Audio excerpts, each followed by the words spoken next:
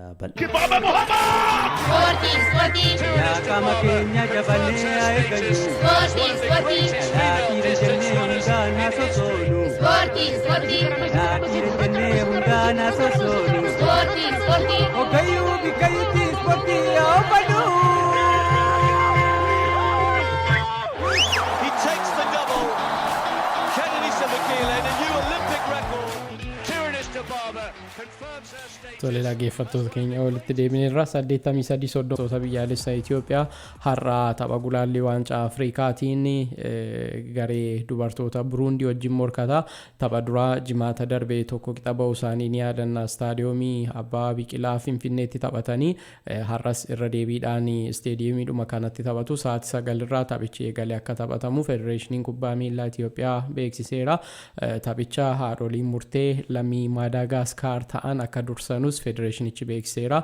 Haati murtee jalqabaa Rozaalee jedhamti. Gargaartonni ishees akkasuma lammiileedhuma Maadaagaskaaridha. Koomishinarri taphichaa immoo Soomoo Nigiitu lammii Taanzaaniyaa akka ta'an himameera. Gareen Itoophiyaa har'a tapha kana kan mo'atu yoo ta'e kallattiidhumaan marsaa ta'anutti darbaa jechuudha. Biyyi tapha isa kana tapha dhaqaa galaa kanaatiin moote garee biyyaalessa Naayijeeriyaa fi Ugaandaa keessaa abbaan injifatee wajjin kan morkatanudha kan ta'u. Kaleessa ganama shaakala isaanii isaa xumuraa hojjechuun isaanii himameera. Gareen dubartoota Itoophiyaa seenaaf waaqumaatiin ala taphattoonni biroo ga'umsa guutuu fayyaa guutuu akka jiran himameera. Seenaaf waaqumaa tapha jimaata darbe tokko qixaa gareen biyyaalessa Itoophiyaa Buruundii wajjin bahe irratti kaardii diimaadhaan dirreedhaa ari'amuun isaa kan yaadatamudha. Tapharraatiin ala ta'uun ishee himameera. Isheen alatti taphattoonni biroo taphattoonni garichaa biroon tapha kanaaf qophii ta'uu isaanii himameera. Fireew Haayila Gabriel leenjisaan garichaa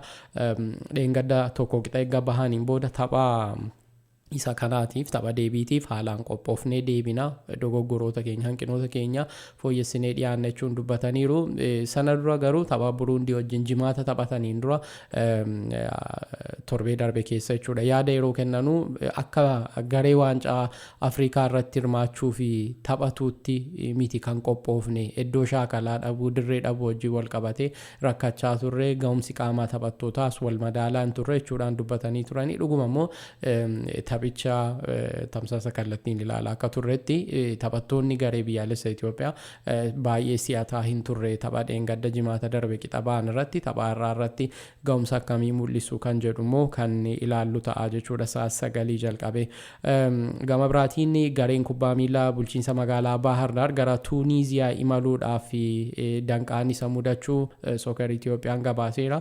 Waancaa Konfedereeshinii Afrikaa irratti Itoophiyaa bakka bu'ee akka hirmaatu ni beekama. Gareen kun Pirimeer Liigii Itoophiyaa bara 2015tiin sadarkaa lammaffaa qabatee xumuruu isaatiin jechuudha. Marsaa jalqabaatiin dhaqaa galaan kilaba kubbaa miilaa Azaam mo'atee marsaa isa kanaaf darbuu isaa kan yaadannudha.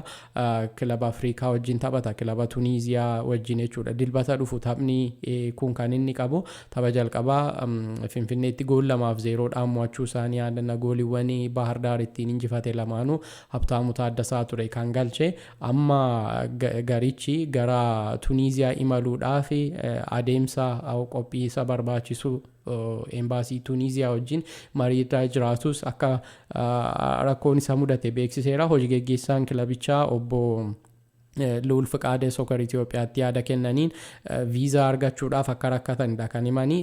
Embaasii Tuuniiziyaadhaaf miseensota garichaa gara Tuuniiziyaa imalanuu beeksisnee kaffaltiis xumurree viizaadhaaf guyyaatti nu beellaman kaleessa jechuudha. Yeroo dhaqanu viizaan akka hin qophoofnedha embaasiin Tuuniiziyaa kan hime. Embaasiin Tuuniiziyaa viizaa hin qaqqabsiisne jechuun isaa kun ammoo rakkoo dabalataa fidee dhufuu akka danda'udha kan himame. Gareen jalqabaa roobii boruuti gara Tuuniiziyaa kan deemu marsaa jalqabaa jechuudha. Marsaan taanu immoo kamisa deemadhameeti kan eegamu. Viizaa yoo hin argamne ammoo garas deemuun rakkisaadha kan inni ta'u. Yoom akka kennanus akka hin beeksisnedha hojii gaggeessaan kilabichaa kan himanii.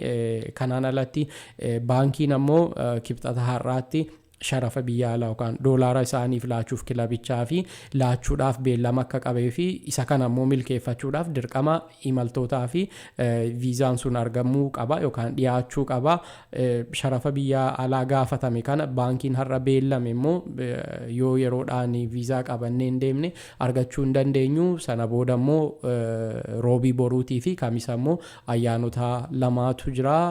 Guyyaa kana immoo baankonni hojjechuuf hin rakkatu yookaan cufaadha hojiirraa boqonnaadha waan ta'eef kanaafuu garas imaluu keenya danqaa jira. Embaasiin Tuniiziyaa jechuudhaan hojii gaggeessan kilaba kubbaa miilaa bulchiinsa magaalaa Bahar Dar Luul Fiqaadee dubbataniiru. Tarii haala kamiin furu kan jedhu ni eegama. Soccer Itoophiyaan garuu kana gabaaseera. Embaasichi dhimma kana irratti amma wanaa deebiin kenne hin jiru. Tarii kilabni kubbaa miilaa bulchiinsa magaalaa Bahar Dar dhimma kana wajjin wal qabatee waan jiru miidiyaaleef beeksisuu irraa darbe tarii federeeshinii kubbaa miilaa Itoophiyaa akkasuma federeeshinii kubbaa miilaa Itoophiyaa immoo konfedereeshinii kubbaa miilaa Afrikaa kaafiif beeksisuun dirqamadha kan ta'u. Sababni isaa otoo rakkoon kun otoo hin furamin hafee kilabichi gara Tuniiziyaa otoo hin deemin hafeeti tarii dorgommichaan qabxii argachuu malu dhaba. Isa kana immoo kaafiif dursanii beeksisuun dirqamadha kan inni ta'u. Sababni isaa kaafiif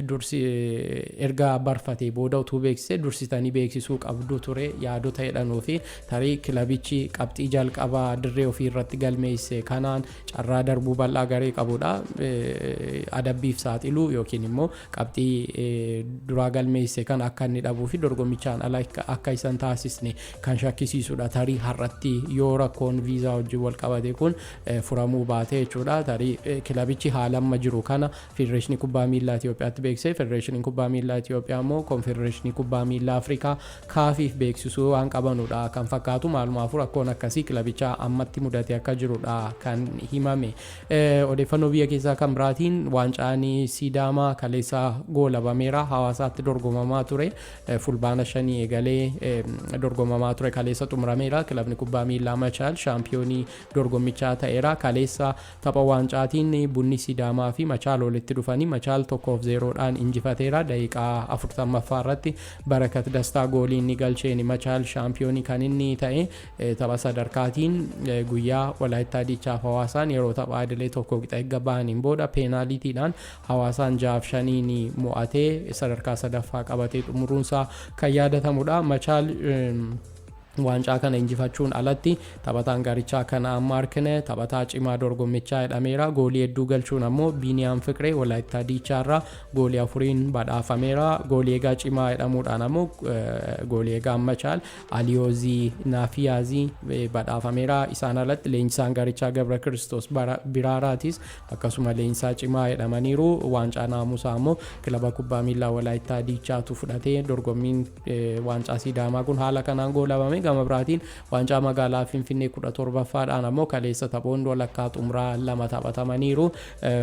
Madin Itoophiyaa Hadiyyaa Hosaanaa wajjin yeroo taphaa idilee goolii malee erga adda bahaniin booda rukuttaa peenaaliitiitiin Hadiyyaa Hosaanaan goolii 5-4 injifateera. Gama biraatiin darbii magaalaa Finfinneetiin Qiddus Giyoorgisiif Buna Itoophiyaa morkii walitti fide yeroo taphaa idilee tokko qixa ture kan goolabame. Aaroon Aantar Qiddus Giyoorgisiif Waldaa Maanu'eel Geetu ammoo Buna Itoophiyaatiif goolii galchaniin ture kan tokko qixa daqiiqaa 90 fixanii garee dargaggootaa Qiddus Giyoorgis tapha kana irratti kan hirmaate gara rukuttaa peenaaliitiitti taphichi ce'ee rukuttaa peenaaliitiitiin bunni Itoophiyaa goolii 5-4 Qiddus Giyoorgis mo'ate waancaaf darbeera. Tapha waancaatiin Qiddus Giyoorgis Buna Itoophiyaa fi Walaayittaa Hadiyyaa Hosaanaa waliin kan morkatanu ta'a jechuudha. Waancaa magaalaa Finfinnee 17ffaa kanaan odeeffannoowwan baargamaatti yeroo ceenu waancaa mootii Saawudii yookaan Kings Cup arganna. Kaleessa Al Naasir Cristiano Ronaldo malee taphatee milkaa'eera.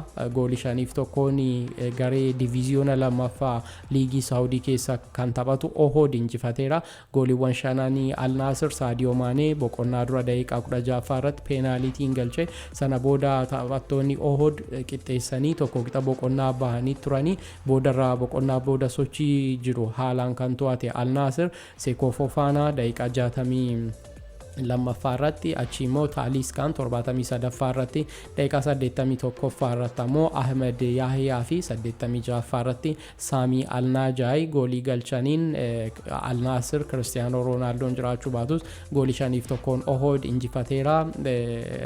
Al-Naasir boqonnaa booda sochii taphichaa guutummaatti to'achuun alattis goolii 4 boqonnaa booda kan inni galche haala kanaan mo'ateera. Cristiano Ronaldo kaleessa boqonnaa ni laatamee fi akka turedha kan himame tapha Premier League Saudi Arabiyaatiin jimaata dhufu morkatanuun akka deebi'uudha kan himame. Gama biraatiin